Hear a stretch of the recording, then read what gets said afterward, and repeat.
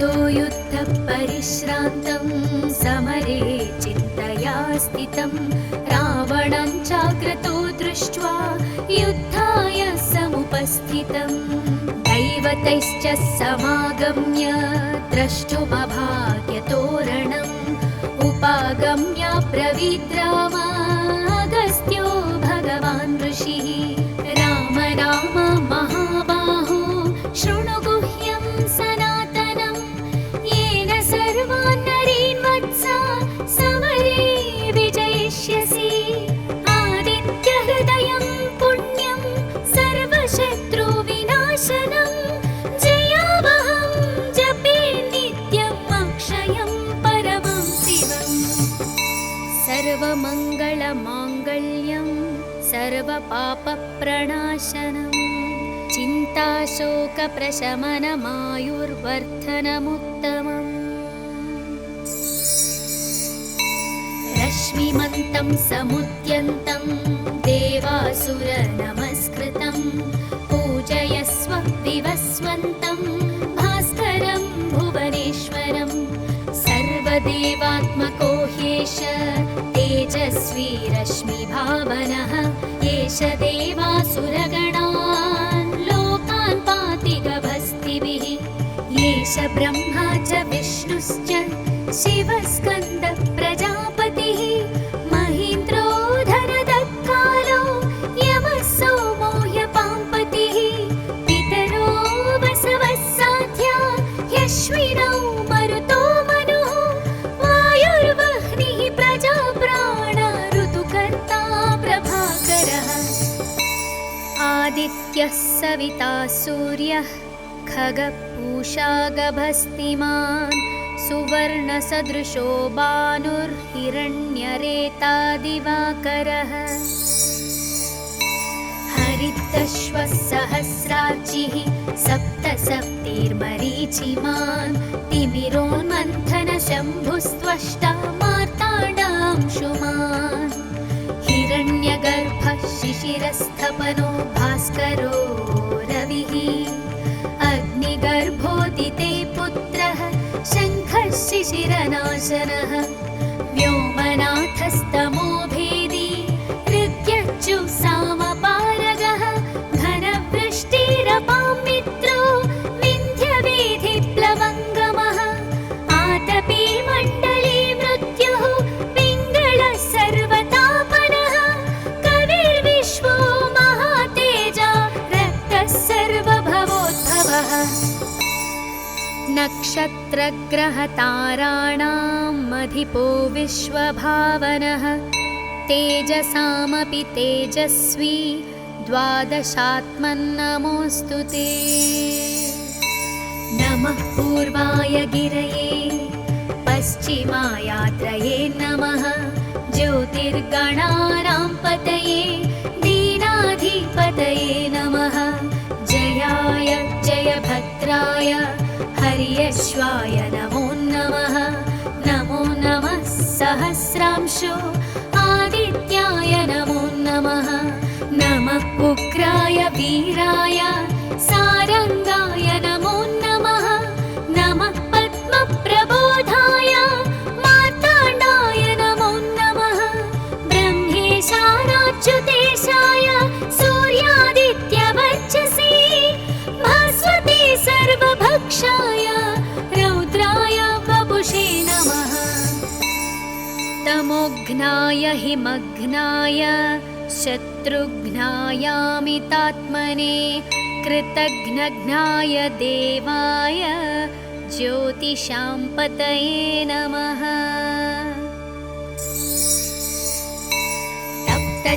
तप्तचामीकराभाय वह्नये विश्वकर्मणे नमस्तमोभिनिघ्नाय रुचये लोकसाक्षिणे नाशयत्येष वैभूतं तदेव सृजति प्रभुः पायत्येष तपत्येष वर्षत्येष गभस्तिभिः येष सुप्तेषु जागर्ति भूतेषु परिनिष्ठितः येष एवाग्निहोत्रं च फलं चैवाग्निहोत्रिणां वेदाश्चक्रतवः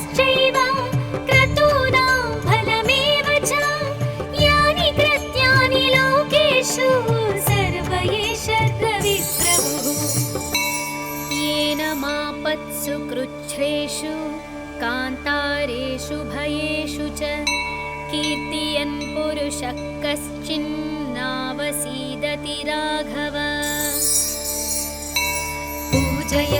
पूजयस्वैनमेकाग्रो देवदेवं जगत्पतिम् एतत्त्रिगुणितं जप्त्वा युद्धेषु विजयिष्यसि अस्मिन् क्षणे महाबाहो रावणं त्वं वधिष्यसि एवमुक्त्वा तदागस्त्यो जगाम च यथागतम् एतत् श्रुत्वा महातेजा नष्टशोको भवत्तदा धारयामास सुप्रीतो राघव प्रयतात्मवान् आदित्यं प्रेक्ष्य त्यक्त्वा तु परं हर्षमवाप्तवान् त्रिराचम्य शुचिर्भूत्वा धनुरादाय वीर्यवान् रावणं प्रेक्ष्य हृष्टात्मा युद्धाय समुपागमत् सर्वयत्नेन महता वधे तस्य धृतोऽभवत् अथ रविरवदन्निरीक्ष्य रामं मुदितमनाः परमं प्रहृष्यमाणः निशिचरपतिसंशयं विदित्वा सुरगणमध्यगतो वचस्त्वरेति इति श्री आदित्यहृदयं सम्पूर्णम्।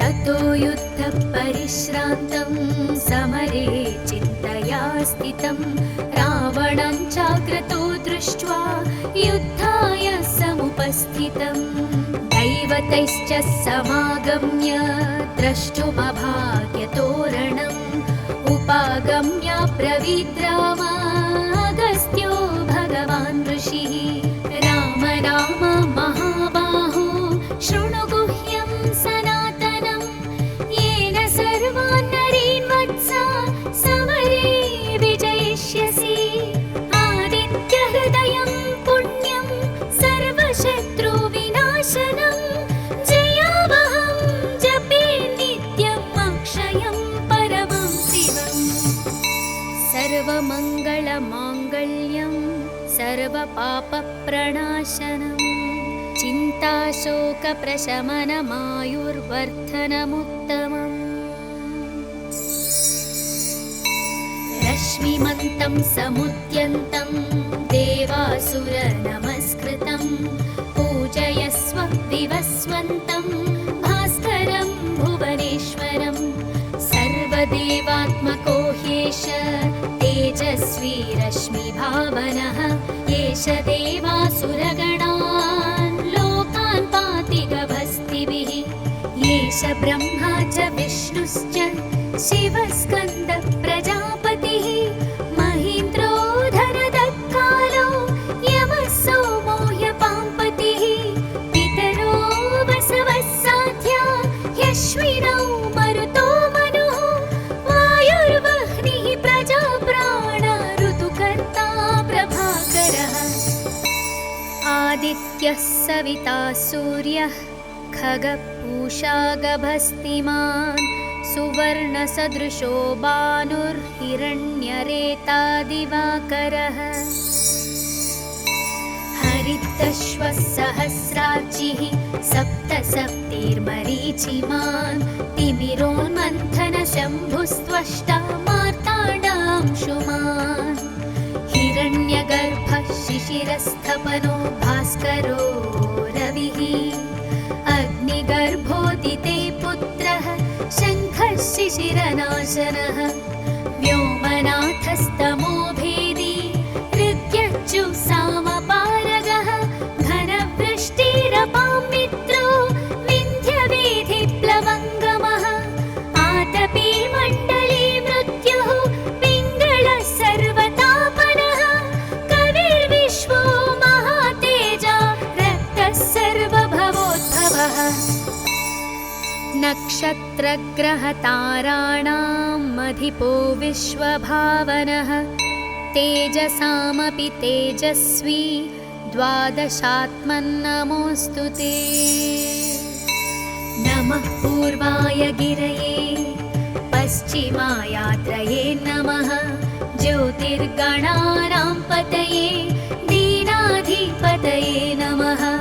जयाय जयभद्राय हर्यश्वाय नमो नमः।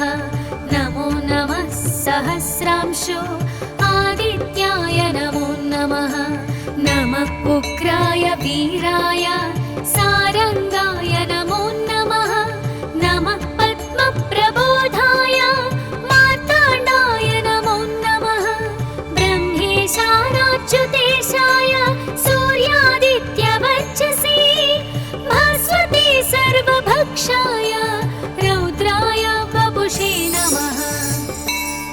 तमोघ्नाय हिमघ्नाय शत्रुघ्नायामितात्मने कृतघ्नघ्नाय देवाय ज्योतिषां पतये नमः।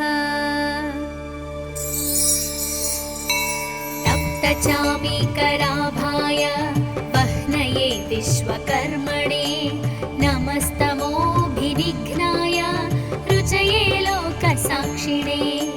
नाशयत्येष वैभूतं तदेव सृजति प्रभुः। पायत्येष तपत्येष वश्यत्येष गभस्तिभिः। येष सुप्तेषु जागर्ति भूतेषु परिनिष्ठितः।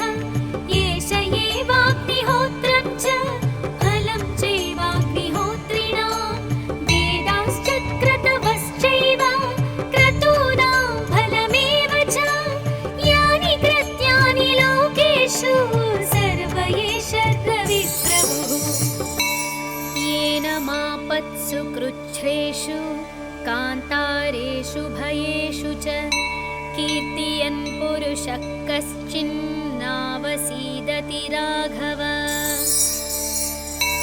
पूजयस्वैनमेकाग्रो देवदेवं जगत्पतिम्। एतत्त्रिगुणितं जप्त्वा युद्धेषु विजयिष्यसि। अस्मिन् क्षणे महाबाहो रावणं त्वं वधिष्यसि।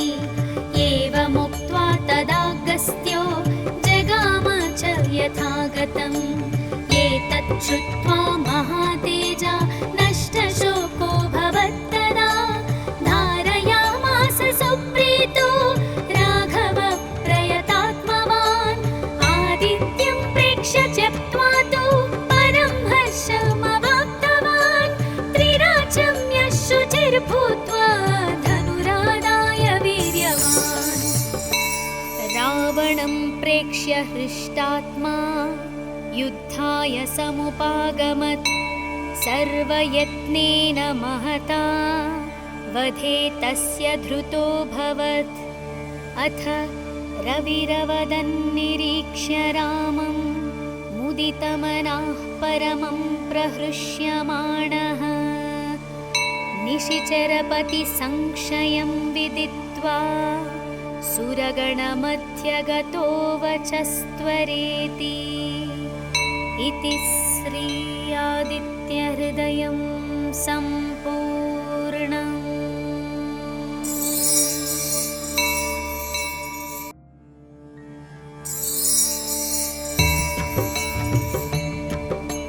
ततो युद्धपरिश्रान्तं समरे चिन्तया स्थितं।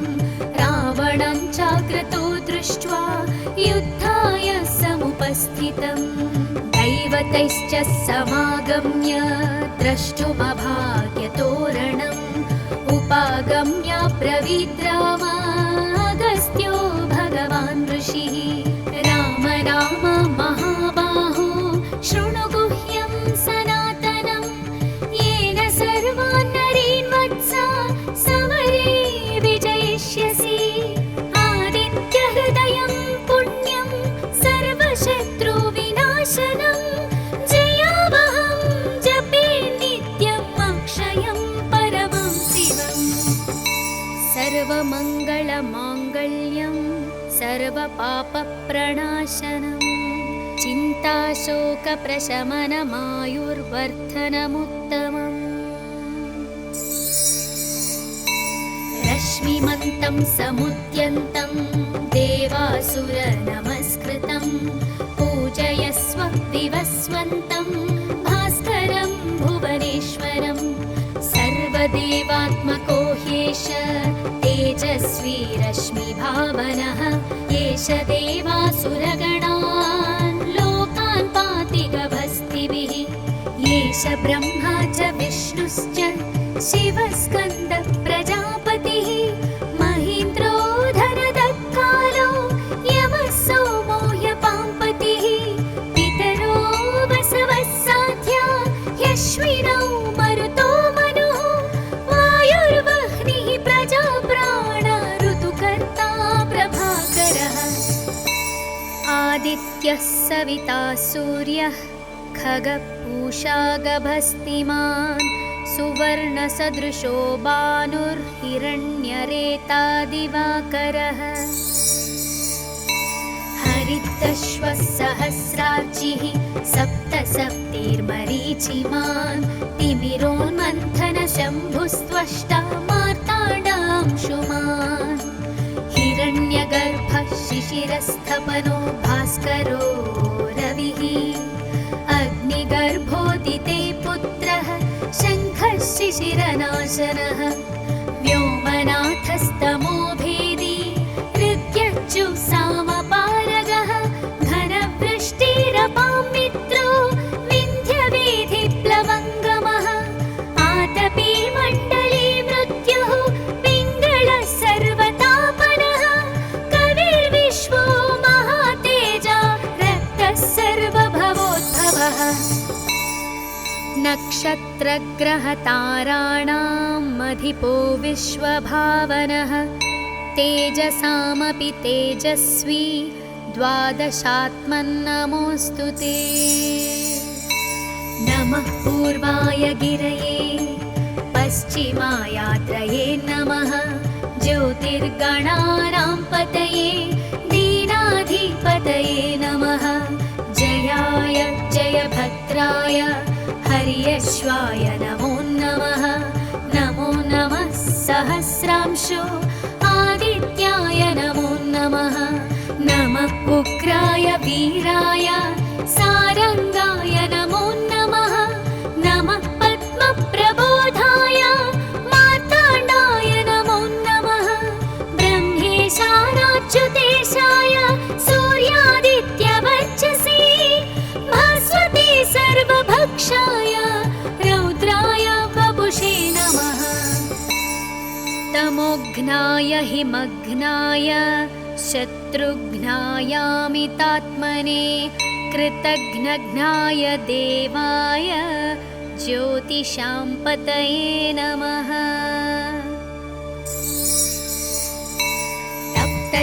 तप्तचामीकराभाय वह्नये विश्वकर्मणे नमस्तमोभिनिघ्नाय रुचये लोकसाक्षिणे नाशयत्येष वैभूतं तदेव सृजति प्रभुः पायत्येष तपत्येष वर्षत्येष गभस्तिभिः येष सुप्तेषु जागर्ति भूतेषु परिनिष्ठितः येष एवाग्निहोत्रं च फलं चैवाग्निहोत्रिणां वेदाश्च क्रतवश्चैव क्रतूनां फलमेव च यानि कृत्यानि लोकेषु सर्व एष रविप्रभुः येन मापत्सु कृच्छ्रेषु कान्तारेषु भयेषु च कीर्तयन् पुरुषः कश्चिन्नावसीदति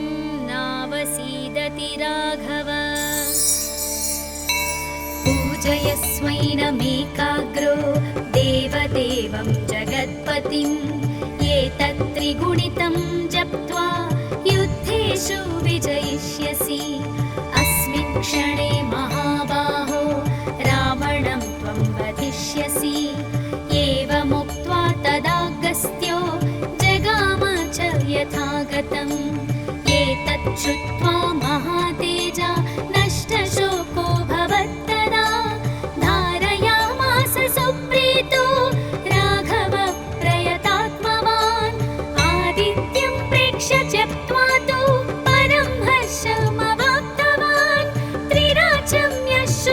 भूत्वा धनुरादाय वीर्यवान्। रावणं प्रेक्ष्य हृष्टात्मा युद्धाय समुपागमत्। सर्वयत्नेन महता वधे तस्य धृतोऽभवत्। अथ रविरवदन्निरीक्ष्य रामं मुदितमनाः परमं प्रहृष्यमाणः। निशिचरपतिसंशयं विदित्वा सुरगणमध्यगतो वचस्त्वरेति। इति श्री आदित्यहृदयं सम्पूर्णम्।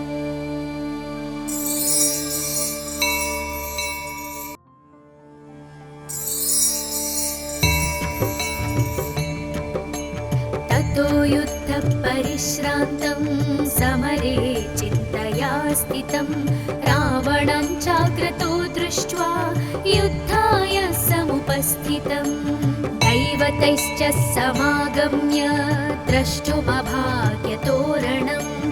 उपागम्य ब्रवीद् राम अगस्त्यो भगवान् ऋषिः। राम राम महाबाहो शृणु गुह्यं सनातनं। येन सर्वान् नरीन् वत्सा समरे विजयिष्यसि। आदित्यहृदयं पुण्यं सर्वशत्रुविनाशनं। जयावहं जपे नित्यम् अक्षयं परमं शिवम्। सर्वमङ्गलमाङ्गल्यं सर्वपापप्रणाशनम्। चिन्ताशोकप्रशमनमायुर्वर्धनमुत्तमम्।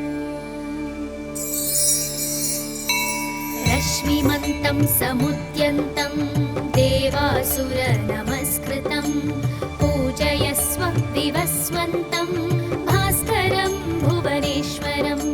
सर्वदेवात्मको ह्येष तेजस्वी रश्मिभावनः। एष देवासुरगणान् लोकान् पाति गभस्तिभिः। एष ब्रह्मा च विष्णुश्च शिवस्कन्दः प्रजापतिः। महीन्द्रो धनदत्कालो यमः सोमो ह्यपाम्पतिः। पितरो वसवः साध्या ह्यश्विनौ मरुतो मनुः। वायुर्वह्निः प्रजाप्राण ऋतुकर्ता प्रभाकरः। आदित्यः सविता सूर्यः खगपूषा गभस्तिमान्। सुवर्णसदृशो भानुर्हिरण्यरेता दिवाकरः। हरितश्वः सहस्रार्चिः सप्तसप्तिर्मरीचिमान्। तिमिरोन्मन्थनशम्भुस्त्वष्टा मार्ताण्डांशुमान्। हिरण्यगर्भः शिशिरस्थपनो भास्करो रविः। अग्निगर्भोदिते पुत्रः शङ्खः शिशिरनाशनः।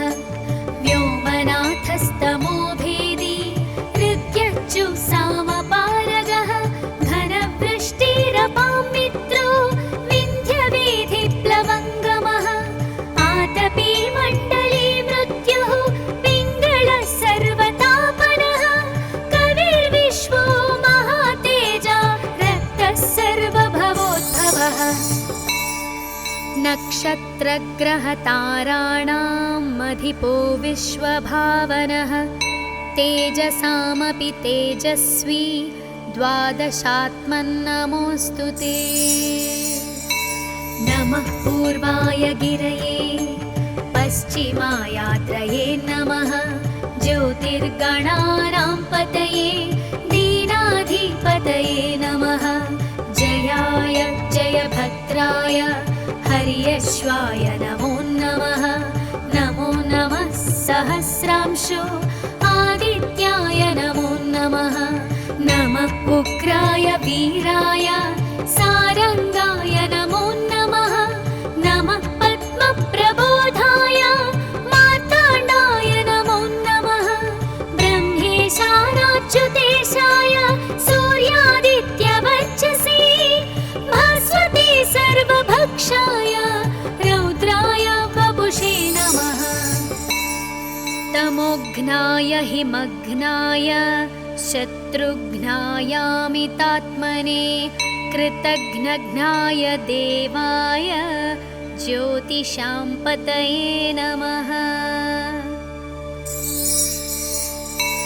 तप्तचामीकराभाय वह्नये विश्वकर्मणे नमस्तमोभिनिघ्नाय रुचये लोकसाक्षिणे नाशयत्येष वैभूतं तदेव सृजति प्रभुः पायत्येष तपत्येष वर्षत्येष गभस्तिभिः येष सुप्तेषु जागर्ति भूतेषु परिनिष्ठितः येष एवाग्निहोत्रं च फलं चैवाग्निहोत्रिणां वेदाश्च क्रतवश्चैव क्रतूनां फलमेव च यानि कृत्यानि लोकेषु सर्व एष रविप्रभुः येन मापत्सु कृच्छ्रेषु कान्तारेषु भयेषु च कीर्तयन् पुरुषः कश्चिन्नावसीदति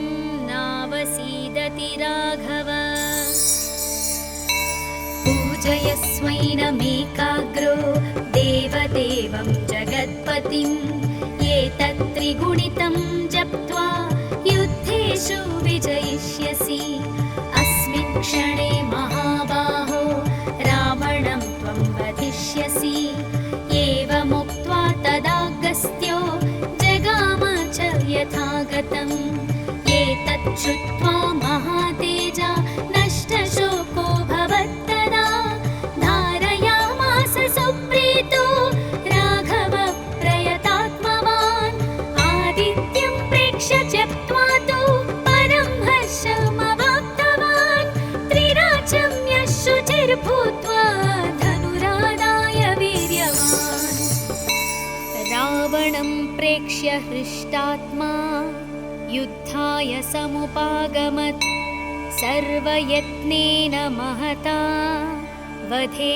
तस्य धृतोऽभवत् अथ रविरवदन्निरीक्ष्य रामं मुदितमनः परमं प्रहृष्यमाणः निशिचरपतिसंशयं विदित्वा सुरगणमध्यगतो वचस्त्वरेति इति श्री आदित्यहृदयं सम्पूर्णम्।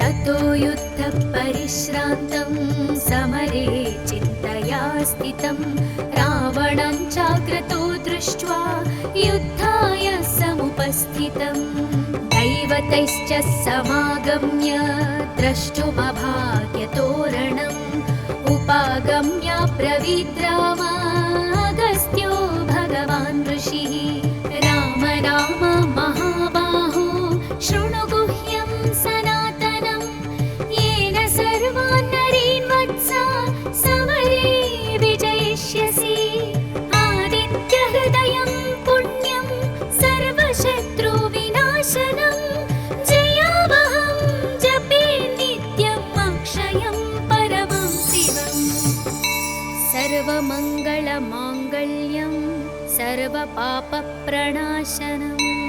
चिन्ताशोकप्रशमनमायुर्वर्धनमुत्तमम् रश्मिमन्तं समुद्यन्तं देवासुरनमस्कृतं पूजयस्व विवस्वन्तं भास्करं भुवनेश्वरं सर्वदेवात्मको ह्येष तेजस्वी रश्मिभावनः एष देवासुरगणान् लोकान् पाति गभस्तिभिः एष ब्रह्मा च विष्णुश्च शिवस्कन्द प्रजापतिः महीन्द्रो धरदत्कालो यमः सोमो ह्यपाम्पतिः पितरो वसवः साध्या ह्यश्विनौ मरुतो मनुः वायुर्वह्निः प्रजाप्राण ऋतुकर्ता प्रभाकरः आदित्य आदित्यः सविता सूर्यः खगपूषा गभस्तिमान् सुवर्णसदृशो भानुर्हिरण्यरेता दिवाकरः हरितश्वः सहस्रार्चिः सप्तसप्तिर्मरीचिमान् तिमिरोन्मन्थनशम्भुस्त्वष्टा मार्ताण्डांशुमान् हिरण्यगर्भः शिशिरस्थपनो भास्करो रविः अग्निगर्भोदिते पुत्रः शङ्खः शिशिरनाशनः व्योमनाथस्तमो भेदी ऋग्यज्जुः सामपारगः घनवृष्टिरपां मित्रो विन्ध्यवेधिप्लवङ्गमः आतपी मण्डली मृत्युः पिङ्गळः सर्वतापनः कविर्विश्वो महातेजा रक्तः सर्वभवोद्भवः नक्षत्रग्रहताराणाम् अधिपो विश्वभावनः तेजसामपि तेजस्वी द्वादशात्मन्नमोऽस्तु ते नमः पूर्वाय गिरये पश्चिमायात्रये नमः ज्योतिर्गणानां पतये दीनाधिपतये नमः जयाय जयभद्राय हर्यश्वाय नमो नमः नमो नमः सहस्रांशो आदित्याय नमो नमः नमः उग्राय वीराय सारंगाय नमो नमः नमः पद्मप्रबोधाय मार्ताण्डाय नमो नमः ब्रह्मेशानाच्युतेशाय सूर्यादित्यवर्चसे भास्वते सर्वभक्षाय रौद्राय वपुषे नमः तमोघ्नाय हिमघ्नाय शत्रुघ्नायामितात्मने कृतघ्नघ्नाय देवाय ज्योतिषां पतये नमः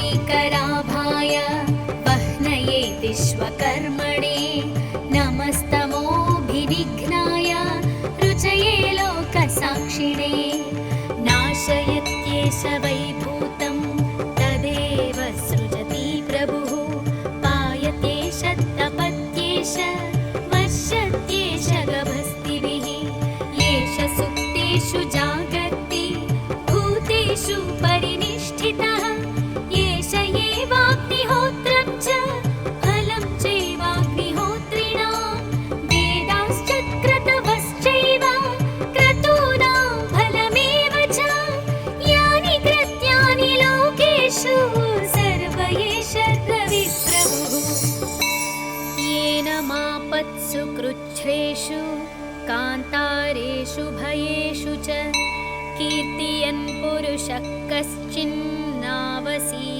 राघव पूजयस्वैनमेकाग्रो देवदेवं जगत्पतिम् एतत्त्रिगुणितं जप्त्वा युद्धेषु विजयिष्यसि अस्मिन् क्षणे महाबाहो रावणं त्वं वधिष्यसि एवमुक्त्वा तदागस्त्यो जगाम च यथागतम् एतत् श्रुत्वा महातेजा नष्टशोको भवत्तदा धारयामास सुप्रीतो राघव प्रयतात्मवान् आदित्यं प्रेक्ष्य त्यक्त्वा तु परं हर्षमवाप्तवान् त्रिराचम्य शुचिर्भूत्वा धनुरादाय वीर्यवान् रावणं प्रेक्ष्य हृष्टात्मा युद्धाय समुपागमत् सर्वयत्नेन महता वधे तस्य धृतोऽभवत् अथ रविरवदन्निरीक्ष्य रामं मुदितमनाः परमं प्रहृष्यमाणः निशिचरपतिसंशयं विदित्वा सुरगणमध्यगतो वचस्त्वरेति इति श्री आदित्यहृदयं सम्पूर्णम्।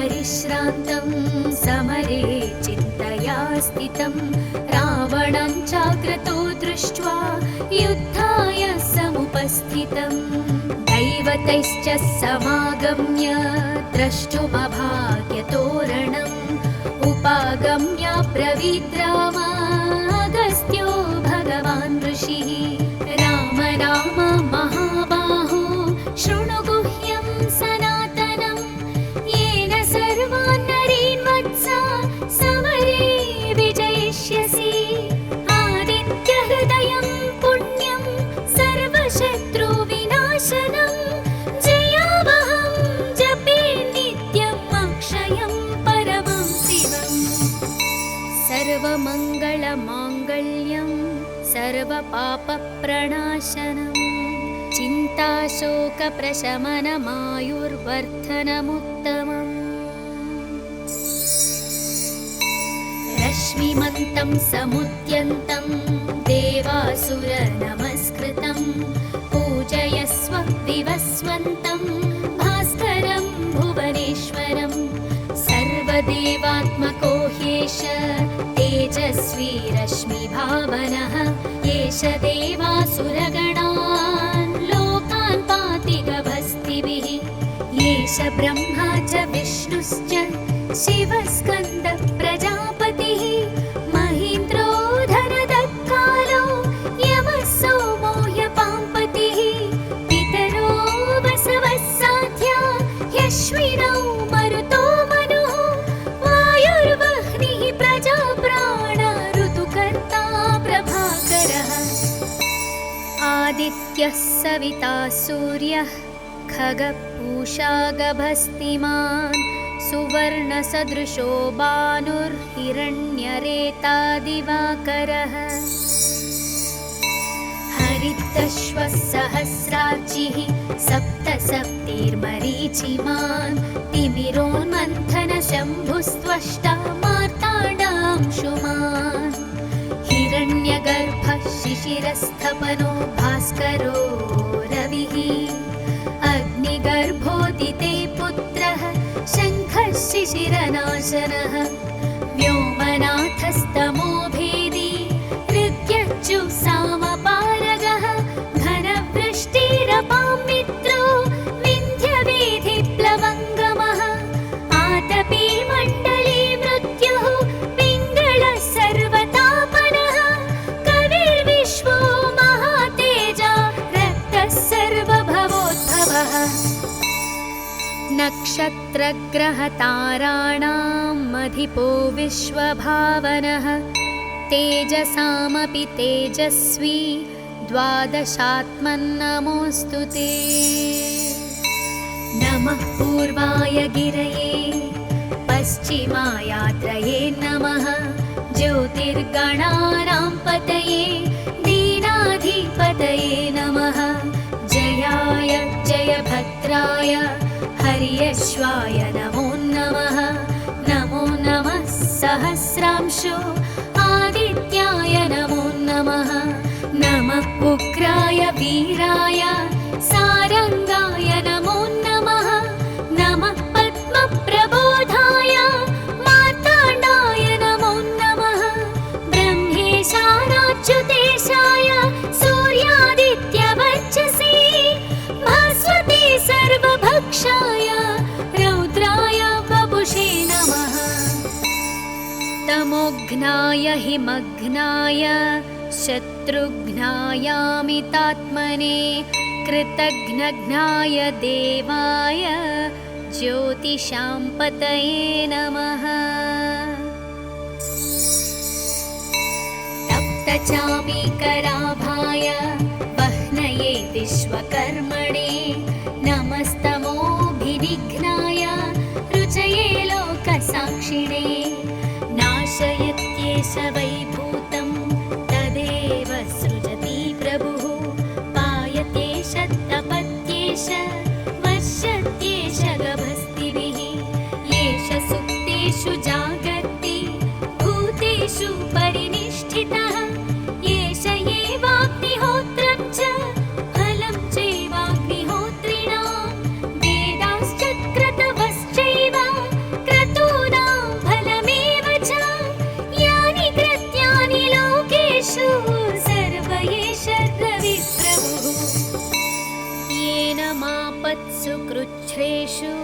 कान्तारेषु भयेषु च कीर्तियन् पुरुषः कश्चिन्नावसीदति